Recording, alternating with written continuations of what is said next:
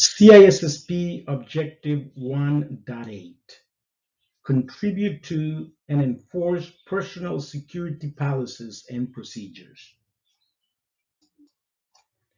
In this objective, we will be covering candidate screening and hiring, employment agreements and policy-driven requirements, onboarding, transfers, and termination processes, and vendor, consultant, and contractor agreements and controls. Candidate screening and hiring. Candidate screening and hiring are vital to maintaining personnel security and protecting organizational assets. The process should begin with thorough background checks, including criminal records, employment history, and other relevant verifications. Education, certifications, and past work experience must be confirmed to ensure accuracy and job suitability. Assessing a candidate's security awareness and integrity is essential, especially for roles with access to sensitive data or systems. Structured interviews help evaluate technical skills, behavioral traits, and cultural fit. Compliance with legal and regulatory requirements ensures fairness and avoids discrimination. Documenting the screening process provides accountability, supports audits, and offers a reference for future needs. Applying consistent screening standards to all candidates promotes fairness and ensures every hire meets the same level of scrutiny, reducing risks and strengthening overall organizational security. Employment agreements and policy-driven requirements. Employment agreements and policy-driven requirements are essential for establishing clear expectations and protecting organizational interests. Written agreements should define the terms of employment, including roles, responsibilities, and conditions. Confidentiality and non-disclosure clauses must be included to safeguard sensitive information, while acceptable use provisions outline proper usage of organizational resources such as systems, networks, and data. These agreements should also require employees to comply with all security policies and procedures, ensuring alignment with the organization's security framework.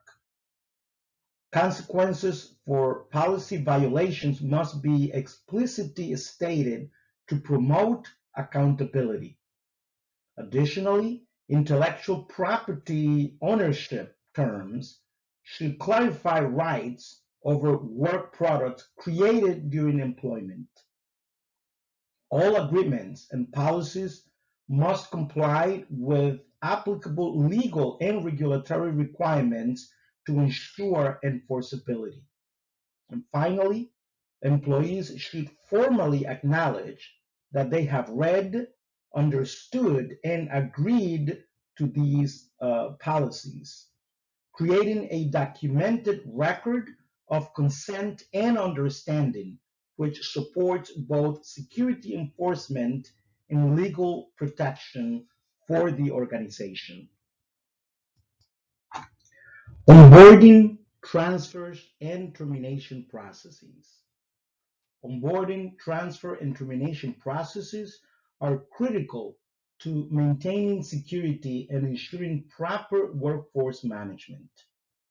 Onboarding should include identity verification, background checks, role-based access provisioning, and security awareness training to ensure new employees understand the policies and responsibilities. Access should be granted following the principles of least privilege and documented for accountability. When employees transfer roles, access rights must be reviewed and adjusted to match new responsibilities, ensuring removal of unnecessary privileges from the previous position. This prevents privilege creep and reduces insider threat risks. Communication between HR, management, and IT is essential to ensure timely updates to access permissions. Termination processes must be executed promptly and securely.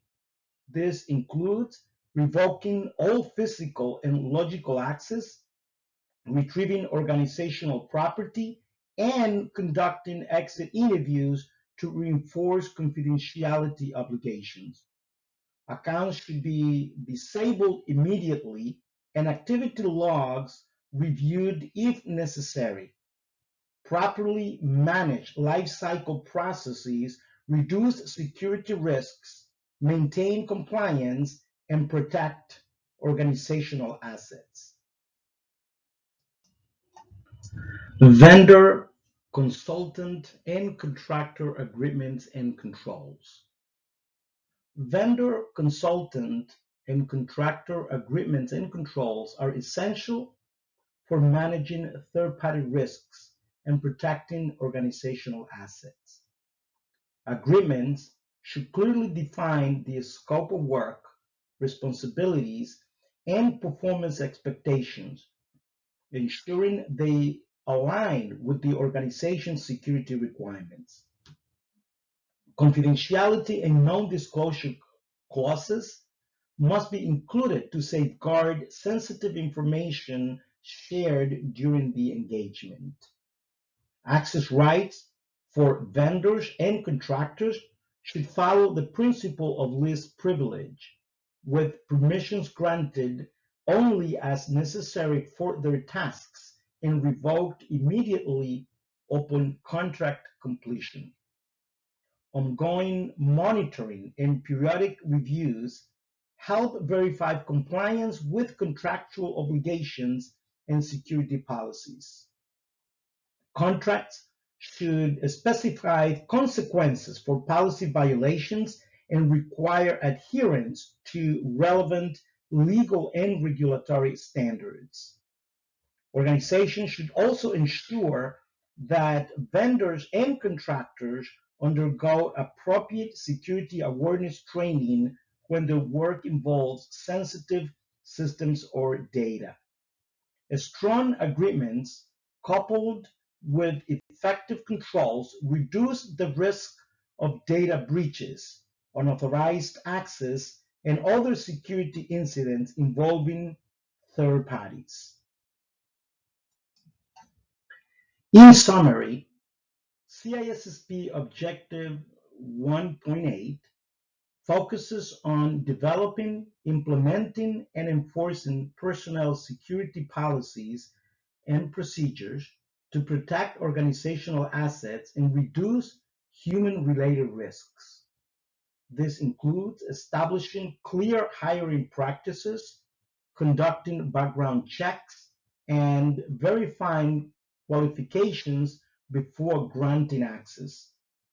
Policies should cover the full employee life cycle, onboarding, role changes, and termination, ensuring access is granted and revoked appropriately. Ongoing training and awareness programs promote compliance and security culture, while clear documentation of processes supports accountability. Coordination with HR, legal, and management ensures adherence to regulations and organizational standards. By enforcing these policies consistently, organizations can mitigate insider threats, maintain compliance, and strengthen overall security posture. So this concludes this objective of the CISSP. I only ask a favor of you. If you find this material useful to you or anyone that you may know, please like my content, but best of all, subscribe to my channel so that you keep informed when I create new content. And in return, I promise you that I will make this channel better every single time. Thank you.